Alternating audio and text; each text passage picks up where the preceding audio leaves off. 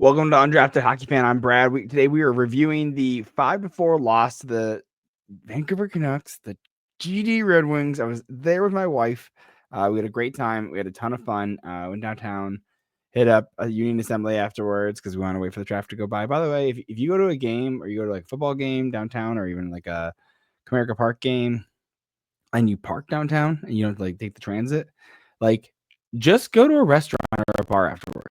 I'll be honest, it's way better because you can just get a bite. You don't have to wait in traffic, and it's way more peaceful, and it's a ton more fun, right? So, anyways, I just want to kind of talk about the game. We're going to do a podcast today. We're going to do breaks in a couple sections, and we got a couple things we want to talk about. We want to talk about pretty much the game breakdown and what kind of happened, why, kind of where Lalonde's status at this point, like what's happening with Talbot. He ended up leaving in the middle of the second period, so like who do you call up? A couple of those things.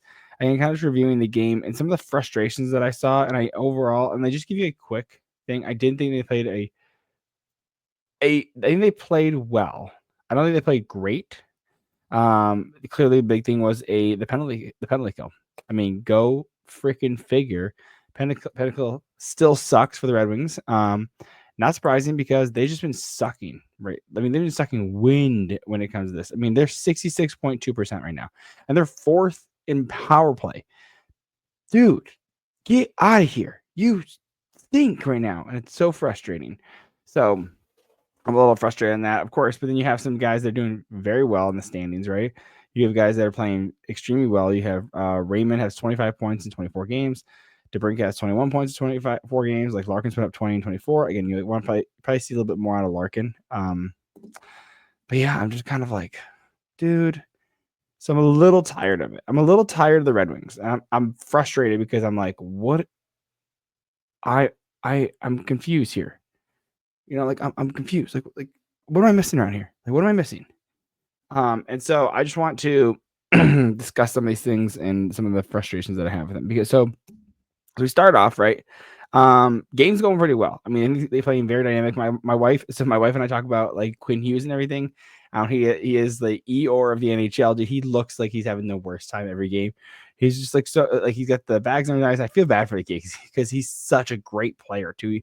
And honestly, watching him in person today, he was dynamic. He was walking the blue line, like he just played so well, and I was so impressed.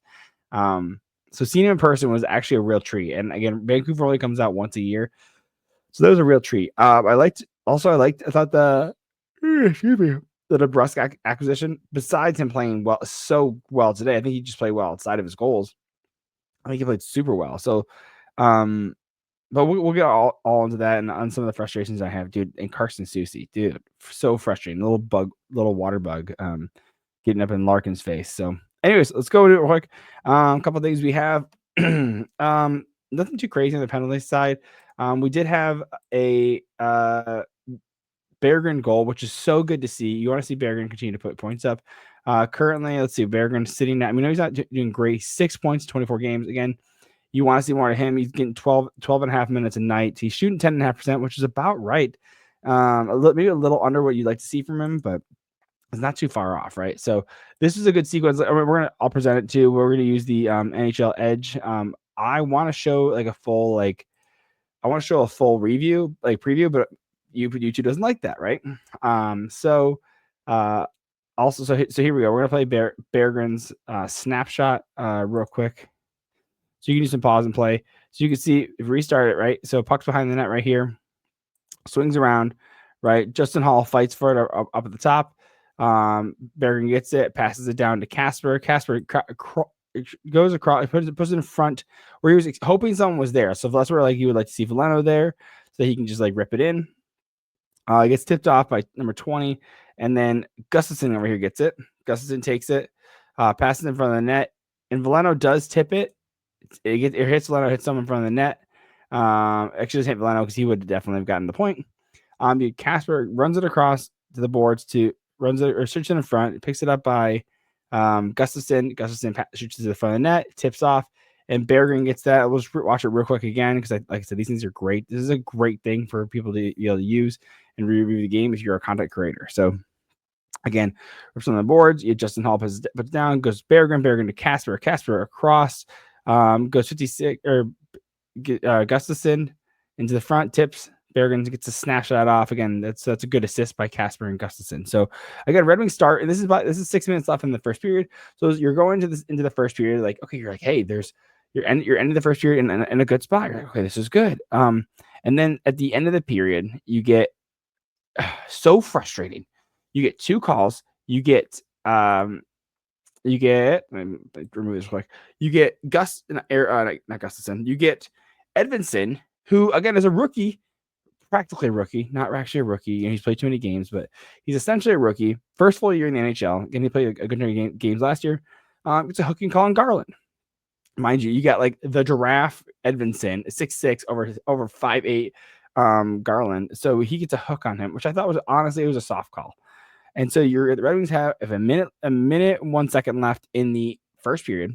And then with 29 seconds left on the penalty kill, the Red Wings Hall gets a holding on Pettersson. Again, I thought it was soft.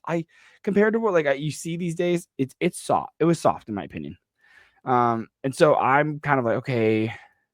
And I'm by the way, if it's a bad penalty, if you get a cross check, you can't. And I said this earlier. Someone got a cross check earlier in the game.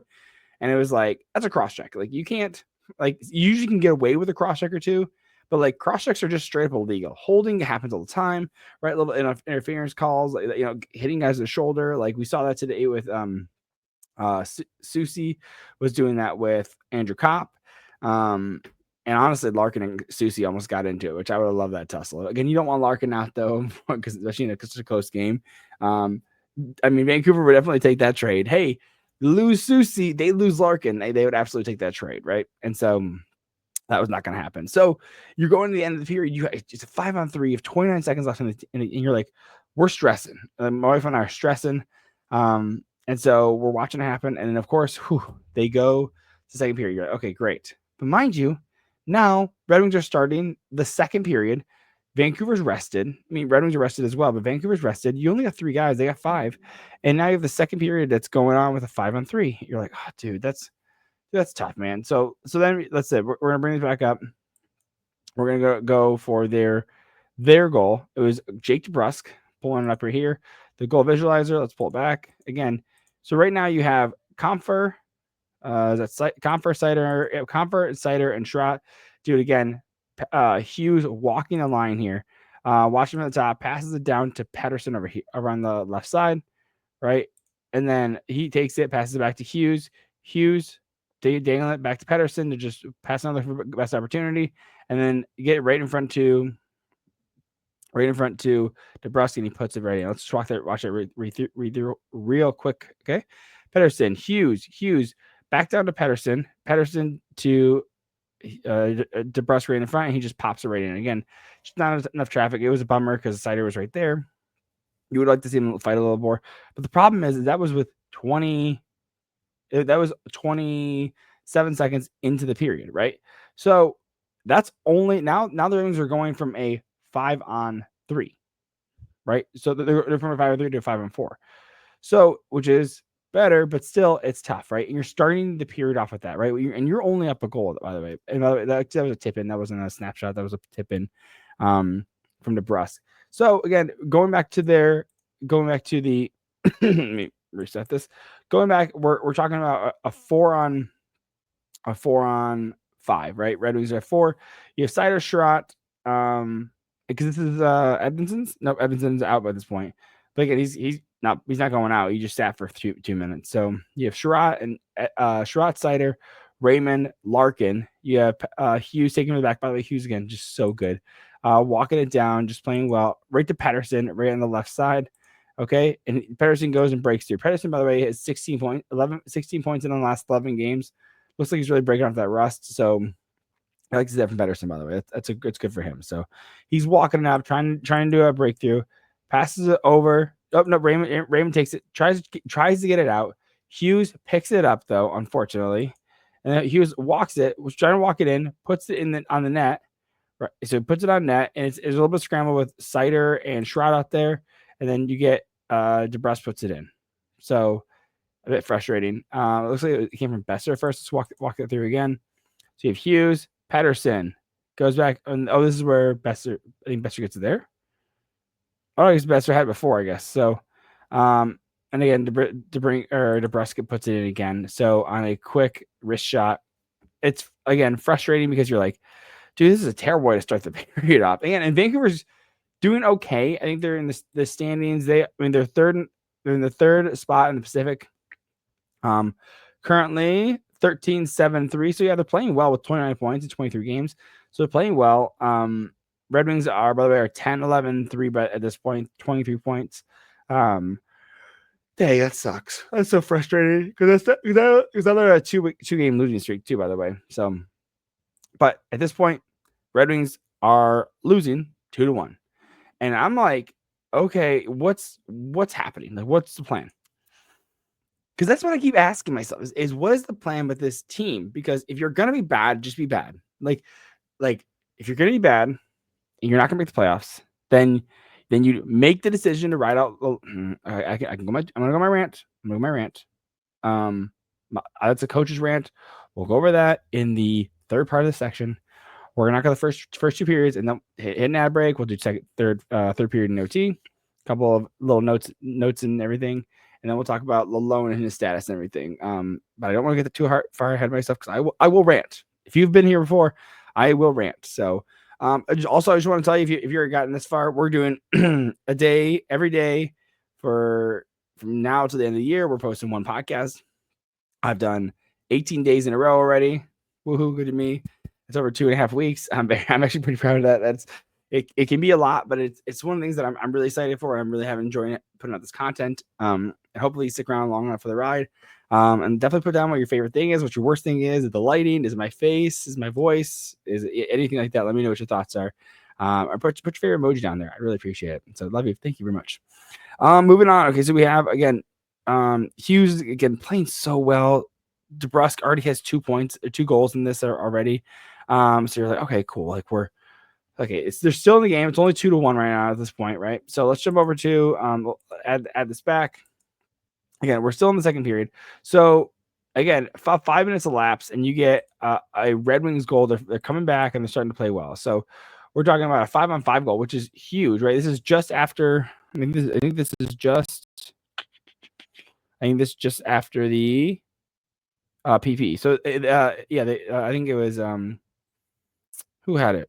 Pettersson. I think it was Pettersson was on the penalty, and so it's right on a 5-on-5, and so and so you have the guys playing right. So you have DeBrincat, Rasmussen, which I did like. I didn't mind that line, Rasmussen, Larkin, DeBrincat. I kind of like that. I kind of like that kind of grit with that Raz has, and it was a good changeup. I thought that was smart. Okay, but you're on basically a power play, right? So you have Raymond out there as well, and Sider. So again, you have DeBrincat's got the puck, pushes it to Larkin. Larkin slaps it, and then you got Raz and right in front trying to make a mess of it. It pops out. They try and get it out. Raymond catches it again. Raymond takes it, puts it to Larkin. Larkin tips it off, and it goes to DeBrincat, and he scores. So, again, that's DeBrincat's 10th of the year, which is good. Again, double-digit goals is good for him. Larkin's 7th assist, and Raymond's 17th assist, which is phenomenal. Ties the game up with 13-22 left in the second period. So again, game's tied. So you're feeling a little better, right? Okay, cool. This is good. And then of course, a guy that I didn't think the Red Wings should have let go. I thought Pius Suter. I thought he was not a. They played him as a 2C, and they overworked him. I think they should have kept him as a 3C. I thought he was really, really like a good, effective player. Let's actually see how he's doing this year on the Winnipeg Jets, because I think he's got like 3 goals in 6 games against the Red Wings at this point or something like that. Let's see, Pius Suter, 14 points in 22 games. For a third line guy, you like the production back, right? 6 goals, 8 assists. We're only putting up 16 points. So again, he's a great penalty killer too. Great penalty killer. And so it's a bit bummer, especially with the center depth. You end up getting like Kopp and Comfer, who Comfer still worked out pretty well, but like Kopp is, not working out as well. Again, that's a little bit later though. So, but I would have kept Pius Suter. Again, you can move over to the wing if you wanted to as well. So I don't think he would want that much money. He didn't take that much money. I think he's got like $1 million for 2 years with Vancouver, which is a steal for him, by the way. Also talking about Kevin Lankinen signing a 1-year deal at like $875,000 to be the goalie in Vancouver, is looking phenomenal. Side note, Lankinen, who has just set a NHL record, making under $1 million. So it's an NHL record for the most consecutive road wins, which is awesome, which is amazing, which is 10. Last year it was set by Talbot and Glenn Hall with it's Talbot last year in 23-24, and the other record before, which was 9. Glenn Hall in 68, 65, and 66. So just give you an idea on how good Kevin Lankinen has been with the Vancouver Canucks.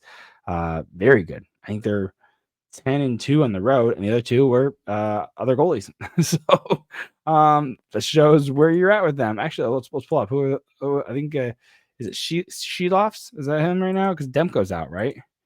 They're playing Sheloffs, right? Yeah, Sheloffs had the 2 road losses. So, but again, it's working out really well for Kevin Lankinen. Put up a ton of minutes right now. Again, 17 games played. Archer Sheloffs, which is kind of nice. Sheloffs is your goalie of the future, but like, he's 23 years old, so he's still a developing goaltender. He's a 6th round pick, right? So again, you're looking at a guy who's going to be long term, probably better in the long term. Again, with Demko, a good backup for Demko, but again, he doesn't have to be the guy right now. So let Kevin Lankinen to be the guy who played well with Nashville, I believe, last year. So we'll see. Anyways, so now last goal we're talking about, again, I had this pulled up. Pius Suter, with 2 minutes and 13 seconds left in the period, it's a wrist shot. So you're looking at who do the Red Wings have out right now? They have the shutdown line, right? So you're looking at right here, you got Fisher in the back, you have Fisher, Hall, Kopp, Rasmussen. Rasmussen didn't play on the top line. He played on the top line, power play, not penalty kill, or not top line, top power play. So restart this out. You have Edmonton over there on the edge, working with the puck. Okay, he's on the edge. He takes it, drops it back to Fisher. Fisher loses it, by the way, to Pius Suter. Again, so frustrating. I would take Pius Suter over Fisher. I like Fisher. He's good vibes. I would take Pius Suter. I think he's a better player. Or you can have both because they're all cheap. So you have Justin Hall having to take on both players, Pius Suter and number 44. Hall does the right thing, by the way. Again, you can blame Hall on a lot of things, but Hall does the right thing. And by the way, at this point in the second period, Talbot is out. Talbot was on his knees, kind of like working. He's kind of like, looks like he was stretching a little bit, and then he looks like he got hurt. He leaves, and Husso comes in as your backup.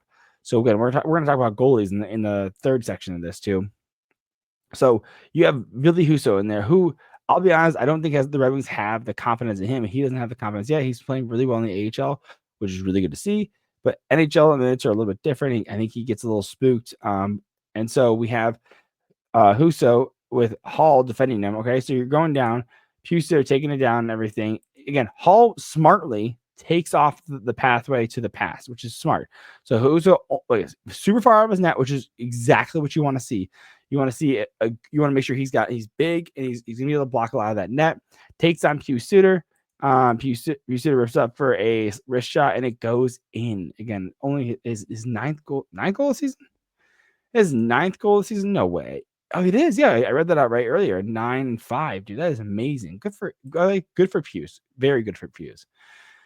So yeah, that's. I mean, and now you're going in again. You're a Red Wings fan thinking like, oh, it's 3-2. It's a home game. Like come on, like get some luck here, right? And so, anyways, but we'll jump into. We're gonna continue talking. We're gonna go jump into the next section. We'll do a quick ad read real quick, and then we'll jump into the last sections, and then go from there. And so, stay tuned. Appreciate it. Do you know the most exciting thing about Black Friday and Cyber Monday is getting an amazing deal. Except for with Raycon, because Raycon can get you an amazing deal on premium audio every day of the year. That doesn't mean they're just having any sales for Black Fridays. No, sir, and or ma'am, and or they. Far from it. They're actually doubling down on their amazing value by offering viewers up to 30% site-wide. So it's a Black Friday deal that you'll appreciate every day is Raycon's everyday earbuds. And if you haven't checked out the latest model, they're a must-have for audio lovers. They have a 32-hour battery life and a multi-connectivity that lets you pair 2 devices together. And if you're on an airplane, maybe you're there with your spouse or your significant other, you can watch the same movie together and you can listen together. And speaking of airplanes, what's very helpful on airplanes is some noise cancellation, the active noise cancellation that the Raycon's everyday earbuds have. And that, honestly, the great thing about it is they come at an accessible price point, unlike other competitors' headphones. And one other thing is that Raycons are start at just half the price of everyone else. So not only are you getting an incredible deal, but before you even factor in the Black Friday deal, which is up to 30% off site-wide. And if you're looking for a great headphone, what more can you ask for in a headphone? Again, I travel a ton. I use it for work. The noise cancellation is amazing. And if you don't, I highly suggest you go grab some. Again, they're everyday earbuds. Again, you're going to appreciate them every day. And also, they have a 30-day happiness guarantee. So honestly, you really can't lose. It's time to save big for Black Friday. Go to buyraycon.com/THPN today to get up to 30% off site-wide. That's right. You'll get up to 30% off everything on a Raycon site when you go to buyraycon.com/THPN. The 24-25 NHL season still has that new car smell, and the action is heating up at DraftKings Sportsbook, an official sports betting partner of the NHL. It's super easy for first-timers to get started at DraftKings Sportsbook. Try betting on something simple, like picking a team to win. And of course, if you're listening to this, you're probably a Red Wings fan. You can definitely bet the puck line, the total, the money line, how many goals are going to be scored, over or under. Example is most of them are coming up is at like 6. So you can be like over 6 goals or under 6 goals. You can get all the action at Sportsbook. So download the DraftKings Sportsbook app now and use the code THPN. That's code THPN for new customers. Get $150 in bonus bets if your bet wins when you bet just $5. Only on DraftKings, the crown is yours. Gambling problem? Call 1-800-GAMBLER. In New York, call 877-8-HOPE-NY or text HOPE-NY. In Connecticut, help is available for problem gambling. Call 888-789-7777 or visit cpg.org. Please play responsibly on behalf of Boot Hill Casino and Resort. 21 plus, age and eligibility varies by jurisdiction. Void in Ontario. Bet must win to receive award. Bonus bet expires 168 hours after issuance. For additional terms and responsible gaming resources, see dkng.co/ice. And we are back, and we are talking about the third period and OT. So going for the Red Wings and losing in OT. Again, if you like what you see here, if you want me to continue to do Red Wings reviews, let me know. If you want them longer or shorter, let me know. I'm kind of breaking these down because I was there so that I was able to tweet and make little shorts and everything, and I had a good time with it, right? So here's something. So I end up writing down a lot of these details, but let me know from the play-by-play. But let me know what your thoughts are on how you like this. Let me know. So I'd appreciate it. So moving on, we have the third period again, which was ended up being a good. We'll actually jump right back into the video and everything. Again, I like this edge thing a lot, which ended up tying the score up, which was Michael Rasmussen putting it out on. Again, this is, let me look at my notes real quick. This is after, so Pettersson was had a hooky in play at one point. Larkin, this isn't a PP goal, is it? Yeah, it's power play goal. I was right. So why did I have so many guys out? Oh, that's because Lankinen is one of them. My bad. So I'm right. Yeah, Pettersson had a hooking call on Larkin. So you have you have a first power play unit again. Rasmussen on there. I like him in front. I think it's so smart. He's gonna have that Holmstrom role. He's a big dude too. I think that's good for him. It makes him highly productive. And again, you can just play him there. Like it's just like it's a good that's so smart. And then again, if you have Kane on the second, let's say you do like Kane and Tarasenko on the second, dude, that'd be so good. That'd be so good, right? I think that'd be so smart. Or maybe drop like Raymond down or something, like Raymond or DeBrincat down the second. Like just make it. Don't front load one power play. Like make it good on both of them, right? So that both teams have to plan around that. But I digress. What am I, a coach? No. Anyways, moving on, we have Raymond. He's walking with the puck right now. We'll restart this real quick. So Raymond's got the puck. And he's waiting for it, passes back to Gustafson, Raymond. Raymond puts it on net. It looks like it bounced out. Larkin pushes it back to Raymond. Raymond puts it back on net, and then Rasmussen with a little snapshot right in front. Again, we're gonna do this again real quick. So let's run it back. Okay, you have Raymond takes it, is waiting patiently, then passes it back to Gustafson. Gustafson back to Raymond. Raymond's going in. He's gonna take the shot. Good, takes a shot, but it bounces off Lankinen. You have Larkin again. So you have Rasmussen, who, by the way, we'll talk about it in a second. Rasmussen's in front, right? And he's blocking a Lankinen. Does bump him a little bit, but at this point, he's bumped him, and then Lincoln's got back in control. So you have Larkin takes Larkin passes it back instead of shooting it right in front, pass to him to get the angle. You can see Lincoln is sliding over, and now Rasmussen again. There was goaltender interference earlier with Raz, but then Lincoln is back up, right? So because there's no goal at that point, there's no interference. So Lincoln is back, got position, seeing Raymond and everything, right? Now you have Raz in front. Raz gets the puck right in front and boom, snaps it in with 2 minutes or right at the start of the first. Oh, start of the third. That's awesome. So again, go to play. Mind you, the Vancouver Canucks do challenge this. They do challenge it for goaltender interference. Again, there was goaltender interference before. Yeah, that part of the play, but because Lincoln was able to regain control, was able to center himself and everything, and get back in net. He was good. He was good to go. So again, I think it was a good. So they end up getting a goal. They get a delay of game. Hoglander ends up serving and everything. Again, I want Red Wings to trade for Hoglander. I wish you would have got him in the Hronek deal. I really like Niels Hoglander. He's a fourth line grinder. He's like 23, I think. He's a second round pick. I don't know why I like him. He's one of my favorite players on Vancouver. I like Hronek though, and I like Hughes, but I'm a big fan of Niels Hoglander. He's one of those underrated guys that you're like, dude, why do I like this guy? He's just so gritty. He just seems like so much fun. He's got a cruel name too. Hoglander. He's the two eyes above two. I don't know what they call that, but all I know is Oli Mata had those. He had three times in his names. M, A with 2 dots, A with 2 dots, TT, A with 2 dots. So anyways, moving on. So then we have, so again, they and Red Wings don't get anything on that penalty. Unfortunately, with the delay of game, that would have been huge. But again, now you have Red Wings are tied it up 3-3, right? So like, oh heck yeah, that's awesome. Good stuff. So then with about 4 minutes, or actually no, not recently, with about, did I read this right? Yes.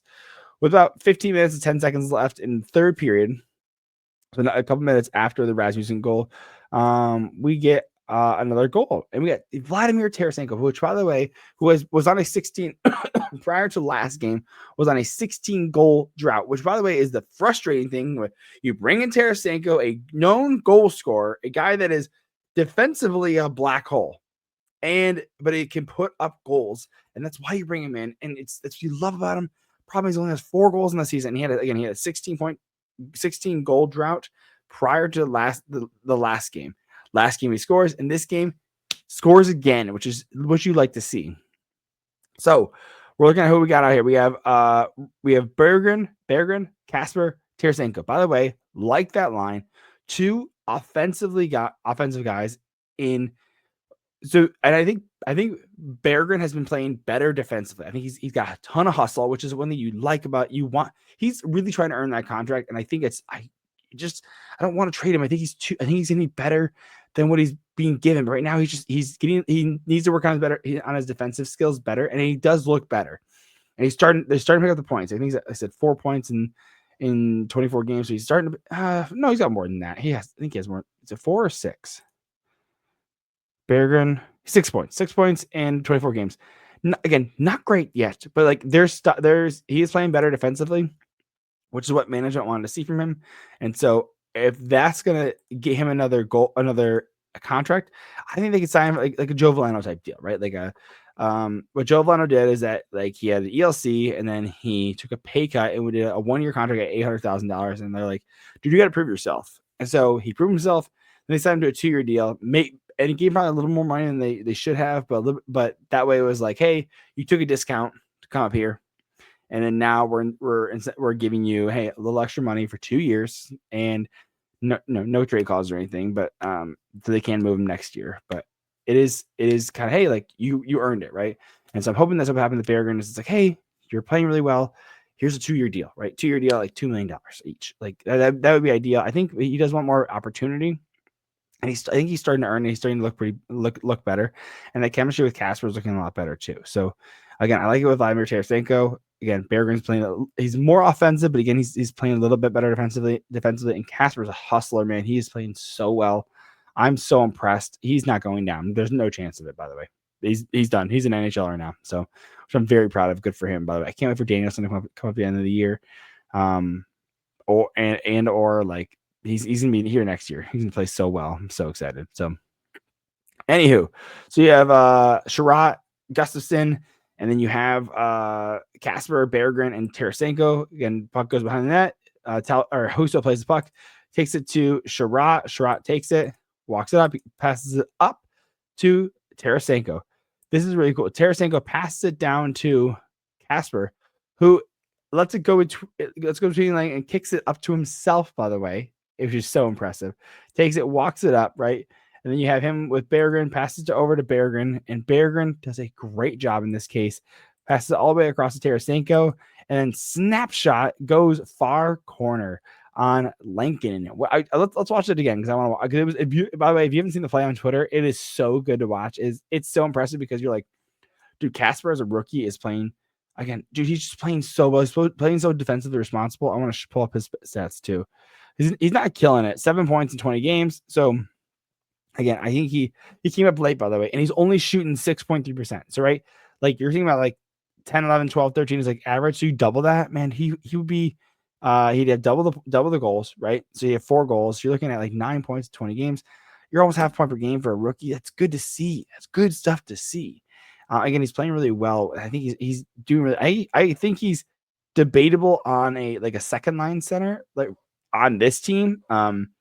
I think him and Kopp are comparable, but again, you kind of want to see what you can get. You want to see what you can squeeze out of Kasper because he's a long-term. I think he's a long-term 3C, but if you can get a little bit more offensiveness out of him, I think that'd be sick and be sweet. Because most guys haven't tapping out as like a 60-point guy, and I would like to see him a little higher. I'd like to see him around the 65, 70-point guy. But again, I just can't bet on that. Again, he's going to be more like a PP2. I think he'll end up playing some power play or penalty kill as well. We'll see. Again, you don't want to kind of like Larkin and Rain. We don't want to waste that type of talent on like a penalty kill and exhaust them, right? There's a reason that Slider's playing 25 minutes a night. It's because there's no one else besides him and Edmonton. Edmonton's too young to be able and like inexperienced to be able to play a ton of minutes. So again, watching this through again, Sherratt takes it, passes up to Tarasenko to Kasper through the legs, passes it over to Berggren across to Tarasenko, snapshot to the far right corner, kills it, does a great job. So again, I'm huge fan of that again. And which, by the way, like I said, there's still 15 minutes left in the season in the episode. 15 minutes left in the period. So we're not done yet. But a great snapshot. And then look at this. By the way, I want to show this as well. Erik Brannstrom, who I think he was traded. Let me check. I think he was traded from the what's it called? Erik Brannstrom. I think he came from, I want to say Avalanche, because he was in a trade. DB, Erik Brannstrom, DB, because he's an older player at this point, right? He's a Vegas Golden Knights first round pick in 2017, because he gets traded to, I believe, Ottawa. Yeah, he's in the Ottawa trade, right? Yeah, he's in the Ottawa trade for the Mark Stone. That's why. And then in 2024, signs the Colorado Avalanche. Colorado Avalanche trade him to Colorado Avalanche trades him to the Canucks for Tucker Pullman and a 4th round pick, right? So, and he's played 20 games. Wow, he's played 20 games with the Vancouver Canucks already. I mean, good for him, by the way. Being able to like revive his career. Is he a defenseman? He's a defenseman. Putting up 7 points, 20 games. That's awesome. That's so good for him. I really thought he was more like an AHL guy. I'm really glad it's working out for him. And in AHL, when he started the season, he had 24 points 3 points in 2 games. So he gets called up, plays 7 points in 20 games. Dude, good for Erik Brannstrom. I mean, you'd love to see that with kids. They're all kids, right? They're all kids. And so, I didn't show you the visual. I apologize. That's on me. Here we go. Show the visual again. I'm happy for guys getting another opportunity to be able to play, which is huge. So, again, we'll go through the visual again real quick. This is Brannstrom's goal. I apologize. We're gonna go to Tarasenko goal real quick. Talbot, or he sticks around and goes to Sherratt.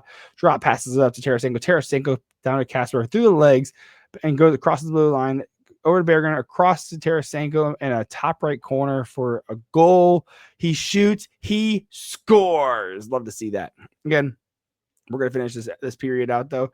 We're going to branch. We'll speed this up a little bit as well. So resetting this, looks like you have Casper, Tarasenko, Petrie, Sherratt, and Mott out there.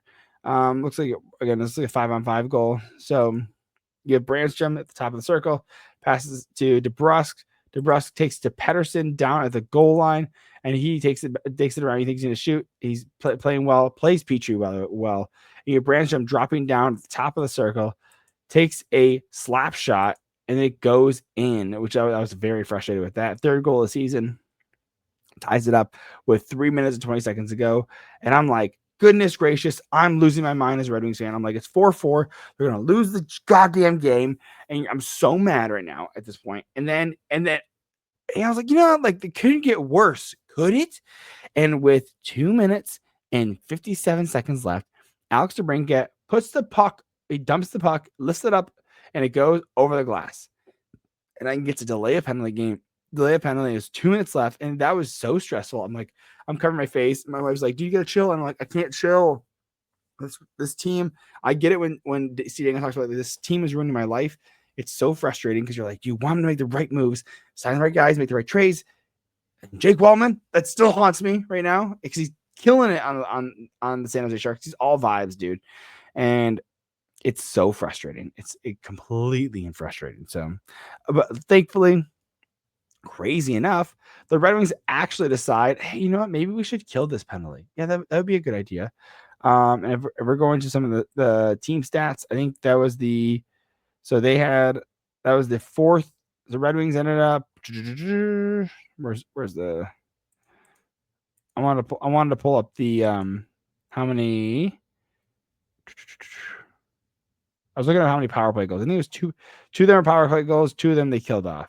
I'm just looking for team stats. Anywho, either way, it's around that much. So it is what it is. No big deal. We'll just keep moving on. And then at the end, again, they killed it off, thankfully. And I was watching overtime, and the overtime was frustrating because you're like, okay, like it's 3-on-3, and you're looking at the guys they're playing out there, and dude, they have like DeBrusk, who already has 2 goals, by the way, looking hot. You have Pettersson, who's again heating up at this point. Hughes looks magical. By the way, let's look at Hughes because you don't even know Jack Hughes yet because he's Jack Hughes. That's not Jack Hughes. That is Quinn Hughes. You don't even know what's up with Quinn Hughes because he's leading his team with 28 points in 23 games, 5 points in 23 assists. He's got an assist per game currently, playing 23 and a half minutes, and he's only shooting 6.5%. Again, he's a defenseman, so he's not going to play a ton there. But like Connor Garland looks good out there. Again, JT Miller is taking some time off. Brock Besser's stepping up as well, 14 points in 16 games. Pius Suter, right? Like I said, we talked about him. Kiefer Sherwood, who is getting under the guy's skin, again, playing well. Again, I'm surprised and they're doing well, but that Pacific Division is looking really good right now. So, but lastly, let's jump into it. We have the last goal, one of the most frustrating goals of the. I mean, not the most frustrating, but it was definitely a bit frustrating. So restarting over, you have a Raymond Larkin Cider out here. Then you have 74. So that's DeBrusk, Quinn Hughes, and Elias Pettersson. Larkin go. So this is my issue. Larkin kind of goes to play it, but I think he should have put more pressure on Quinn and actually gone for it. Because now you have DeBrusk is getting around him now, right? So now Raymond's sitting open. So Raymond's got to finish. Raymond's got to figure out where he's going. Raymond now picks him up because now Larkin loses because DeBrusk went around him. DeBrusk loses him.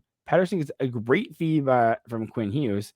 Pettersson is walking it down with Cider. Cider slaps it out, and then look at you have cuts across, right? So Cider's playing him well, and DeBrusk is collapsing in. So Raymond's got to play him hard, and there you go, loses him, right? Loses him. So Raymond has now lost his guy. Needs to stop. He's playing his guy, and then just rips it. So the problem is there's a second where he does lose him. And so it's so frustrating. Again, walking this through, a great feed by Quinn Hughes, great collapse. Again, this is where I was so smart of Russ just to skate it, use these guys as blockages, and then Raymond has to come back and pick him up, and then he rips it so well. I just thought the coverage wasn't as good, and I would have liked a little better. Again, I think Larkin plays a ton of time. Oh, look at. By the way, I just want to show you how this funny these animations are as well. Again, playing this three fields in the audio. Pedersen takes it, drops it to DeBrus, and he rips it. Then you have Sider hits it out, and then Larkin is skating. This is actually the play by Larkin. Literally skates to the puck, and then he just hits it. He just boom, hits into the corner. So frustrated again, which is what you wanted to see out of the guys that are going to be here long term. And that's Raymond, and that's Sider, and that's Larkin. You want these guys to be frustrated because they should be. They should be furious that they're not doing better. Like, how are they not more frustrated? I'd be more frustrated. Like, what? Why are we not winning? Why are they not winning? Not we. It's not me. I'm not winning.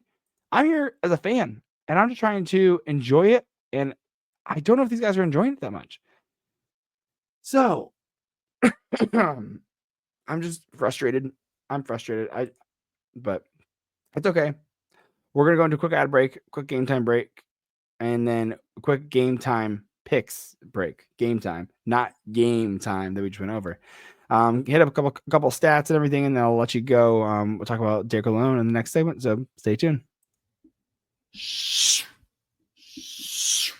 You know what that sound is. That's the sound of ice skates skating on the ice at your favorite team's hockey game. You know, there's nothing like the excitement of being at a game, the crowd, the energy, the roar, the chants, the songs. It's just so much to it. And the best way you're going to be able to find an amazing seat and an amazing game is going to be at Game Time. Game Time also has this new feature called Game Time Picks that makes getting tickets to see your favorite teams play live even easier. Game Time Picks filters out the fluff and shows you only incredible deals on great seats, so you don't have to waste your time searching through thousands of tickets. And my wife and I were actually end up going to a Detroit Red Wings game on December 2nd, I believe it is. That's one that we're looking at, and talk about a super deal. And you can actually find any concert tickets there. You can do comedy. There's so many different options there. They also have curated deals to make it easier to find the best deals on great seats. And also you can see the view of your seat before you buy. They have a lowest price guarantee, event cancellation protection, and job loss protection as well. One thing I really enjoy about it is the all-in pricing. Toggle this feature to show the total upfront with no surprise fees at checkout. So you can also get a panoramic, again, talking about your view, it's a panoramic view. You can see the sea, not just like we're looking at the stage. You get the full panoramic view. And they also have the lowest price guarantee, or Game Time will credit you 110% of the difference. And so take the guesswork out of buying tickets with Game Time Picks. Download the Game Time app, create an account, and use the code THPN for $20 off your first purchase. Terms apply. Again, create an account and redeem the code THPN for $20 off. Download Game Time today. What time is it? Game time. One hell of a game time it was. We're moving on to how this ended up. Talbot ended up letting 2 goals on 12 shots, so not a great percentage there. Like 10 saves on 12 shots. So you're looking at 83%. So what's 10 divided by 12? 10 divided by 12. Wow, 83.3% save percentage. Then you had Husso let 12 goals in on 15, so he had a 0.8 save percentage. Not looking too good for the boys there. I mean, my issue now is your best goaltender potentially is hurt long term. So what do you do there? Okay, so who do you call up? And I keep seeing it online. Everyone's like, dude, you got to bring up Cossa. No, why are you bringing up Cossa? He's never played an NHL game before. Like, guys, look, he looks hot in the AHL. Like, and there's a reason you sign all these goaltenders. And I know one just got back, but like, let's look at like Jack Campbell. Like he just got back from player assistance program, right? And mind you, Husso was playing down in the minors. Was playing down in the minors. And so he is now with the AHL team. He has not played a game yet this year, Ooh, that makes it a little bit more tough. That's a bummer. He's played at all? Okay. So who's playing in the AHL? Like, help me out, guys. Who is playing Griffin's roster? Let's go stats. We'll go stats. Team stats, right? Because who's playing goal? It's Sebastian for sure. Billy Husso, Carter Gylander. Okay. So who do you don't bring up Gylander? He's super young. You don't want to burn him out. He's a 7th round pick. Again, he needs a ton of development. Costa's playing phenomenal. He's got a .925 in the AHL save percentage and a 2.21 goals. That's phenomenal. That's so good. Yeah, hell yeah, that's awesome. And then so Gylander's looking well. He's got .904, which is fine, but again, he's at 3.38 goals against, so that's not great there. He's got 1 win under his belt in 2 games. So you like again, Billy Husso was playing Billy Husso was arguably the best goalie in the AHL. Understandably, he's an NHL caliber goaltender, right? And Costa's almost there, but you got this guy who's playing well, he's playing hot. Let him continue to develop his skills, refine a little bit more. At the end of the year, you want to bring him up for a game or two? Sure, that's fine. But you have him on a hot team, and you don't want to pull a guy like that away from your you don't want to pull him away from the experience of being a number 1 goaltender in the AHL. So think about this: you pull Cossa to come up, and then he has a stinker, and man, it knocks his confidence down. And you're like, dude, we can't and you try to put him again, maybe he knocks confidence down again, right? But also that's if he plays. If he doesn't play, then you just have a guy sitting there as a backup goalie who you're not going to play, which is even more detrimental because you want him to get minutes in the AHL. So my suggestion is you bring Jack Campbell up as a guy. If you got to find a guy you got to put in a PTO, do that. Sign him to a contract real quick. And I know Malcolm Subban had a PTO with the Grand Rapids Griffins, and now he's signed with, I think, Buffalo Sabres AHL team. There's guys that you can trade for. Maybe you bring up Carter, maybe you use Carter Gylander, but I really don't want to ruin Cossa. And I just don't know if that's the right move. Again, we'll go to the Grand Rapids Griffins right now. Let's see. They have goal. Let's see, go position. Goaltenders. Billy Husso. Oh, that's position? No, I was right. Oh, here we go. You have Carter Gylander. I want to look at his stuff right now because in the ECHL, he's playing pretty well too. He's playing really well in the ECHL. He's a 2019. Maybe you do bring him up. I don't know. But you don't bring up do you bring up Gylander and bypass Cossa? Or do you I don't know. I think I'd rather have Cossa. But I don't know. Maybe I think you leave. You might bring Gylander up then. Actually, you know what? I lied. Nope. I'm still sticking to it. You stick with Jack Campbell. You bring Jack Campbell up. That makes the most sense because you know why? He was an NHL goaltender. He's had a little rough stint so far, but he's an NHL goaltender. So to me, it shouldn't be a debate. You can have the debate, but it's not. You're not going to really convince me. Side note, also, DeBrusk had a hat trick today. With the OT winner, he had a hat trick. Good for him. He's got 8 goals in the last 6 games, I think. So phenomenal. Great for him. That's amazing. And he also had a goal against Boston. If you haven't seen his IG post, it was very funny. It was from the back of the net. And he's season 11, start of season 11 or something. It cracked me up. That's hilarious. I love the trolling, dude.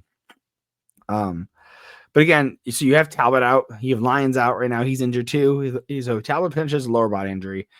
Husso potentially has an upper body injury. So you run Talbot and Lyon. Talbot has lower body.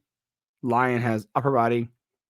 So you bring up Jack Campbell and you run Husso, and you have Jack Campbell as your backup just in case, which would be good to get him up and everything.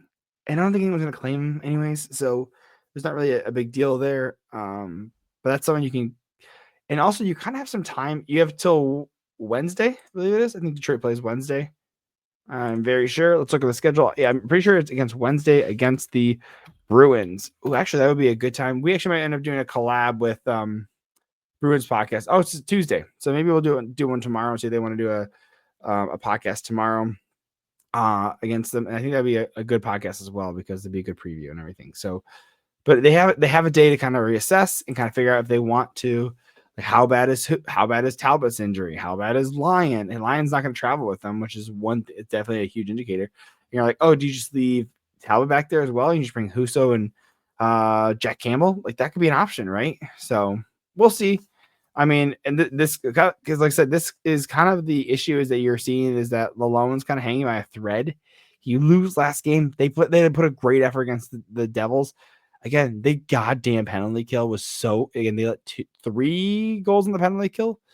Like, what are you doing? And then this game, you let 2 in. So something needs to change. And again, I go back to this too. Like, if you fire Lalonde, like who you bring in a new coach? Like, so you're gonna like pay 2 coaches? Like, I don't think management wants to do that. Okay, you fire him and you move someone up. Okay, who do you do that for? So you have Alex Tanguay, never been a head coach before. You're like, oh well, you've tried 2 new head coaches who never been head coaches before. Like, try for a third time, third time's a charm. Even if it's an interim, it's like, well, let's put Bob Boughner up there. Bob Boughner he's the defensive coach, right? So Tanguay's doing the power play. You have Boughner's doing the penalty kill. Like, well, let's move up Bob Boughner. Well, he's been head coach with San Jose. That makes sense. Problem is, his job right now is the defense and the penalty kill, and it's not working. So you want to take the guy who's running the penalty kill, the thing that's working the least in the league, 32nd in the league, and you want to make him the head coach because he has experience as the interim? Like, that kind of makes sense, but like you got to change your whole scheme. Like, you're not gonna make the goalie coach. Like, I don't know, dude. It's just like there's no good answer. And I'm just again, Red Wings are in that mushy middle, and it's so frustrating. And speaking of like the mushy middle, we've seen teams get out of it, right? We saw Nashville do that last year. They were mushy middle, made the playoffs, and they did a really good job up until like game 6 against Vancouver, game 6 or 7, played really well. And then you have like Minnesota is making big moves now. Like, they're starting to look good. They have a big pop off like Kaprizov. They make good moves like trade out Kevin Fiala and everything in that first round pick, and Brock Faber signed Faber to a long deal. And Red Wings are kind of in that mushy middle, right? And because they've tried to build off of UFAs, and Yzerman's like, here, I got you some UFAs. You're like, well, they're not working. Like Tarasenko's not working. You bring Kane back. He's not playing as well as he is before, right? Although he's hurt as well. Then you bring in like Comfer. He's done fine, but he's a 3C. Let's be honest. Cop is starting to have a little resurgence, but you're paying him way more than you should for 3C. Again, you have 2 3Cs right there. You have 2 3Cs. And then you have like and also like my argument for the Yzerman plan. Everyone's like, oh, the Yzerman plan is not working yet. One, covers were bare when he got here. He had Larkin, who's working out really well. Then you and think about who's left from the Ken Holland era: Larkin, Berggren, Rasmussen. Rasmussen, first round pick. I understand that. Should have gone as a late first round pick. Just could have got someone else, right? Again, you have him. He's the third, fourth line guy on a Stanley Cup contender. He's playing well for PP1 right now. I like him there. He's a third line guy. Larkin's number 1C. Great, awesome. Berggren, third line winger. Right? Maybe second line, but like it's touch and go. He's middle 6. And that's all you're left with. And so Yzerman only has the piece that he brought in: Seider, Edvinsson, Raymond, who are all looking great. Casper, who's looking great, and Albert Johansson, who is a rookie this year. Those are 5 guys that Yzerman actually brought in, developed in his system, and it is coming up because it takes time to develop guys. And next year, you bring up like a Mazur and a Danielson. That's now 7, right? You bring up a Cossa. That's 8, right? So you're starting to see that that's how you build a great team is through the draft. And it takes time, and you guys need to develop longer. And maybe you bring up like a Wylander next year or a Tuomisto. Like, there's guys that can come up. Like, so I think this is probably one of the last years of like the real rebuild, and you're starting to see the guys that are the fruits of Yzerman's labor come up. And so I'm kind of like, just kind of ride out alone, because I don't think this is the year anyways. Like, I thought they were going to take a step back anyways. I think I had them in I didn't have a lot of hope. I think I had a little more hope. I think I maybe had them 5th. Like, and mind you, one of those teams that I was expecting to get, I didn't trust the Buffalo Sabres to get better. I didn't trust the Ottawa Senators to get better, or the Canadiens. I was right about the Ottawa Senators and the Canadiens, but Sabres are tied with the Red Wings. I know Sabres have 1 more point than the Red Wings and they have the same number of games. So I'm not that far off. Like, Red Wings could still make it work. I think there's some good pieces here, but your penalty kill needs to be minimum average, like minimum, like 16 to 20. Like, just put us in their spot. And I don't know what needs to change. I just don't know what needs to change. But let me know what your thoughts are. Hit like, subscribe. Did you like this video? Did you like the review of the video and everything? I enjoyed doing this. It takes a little bit more work, but I did enjoy it. If you enjoy it, let me know what your thoughts are. Hit like, subscribe. Put your favorite emoji down there, and I appreciate you. I love you so much. Stick around. Stay tuned. And the next one, we're doing a video every day for the rest of the year. You're getting one. You got one on Thanksgiving. You got Short Kings. You got your Short Kings video. You got your what every team should be thankful for. And guess what? You're going to get a what every team wants for Christmas, because I'm putting one on Christmas Eve and I'm putting one out on Christmas Day. You bet your ass I'm doing it. So love you guys. Hit like, subscribe. Love you. Catch you next.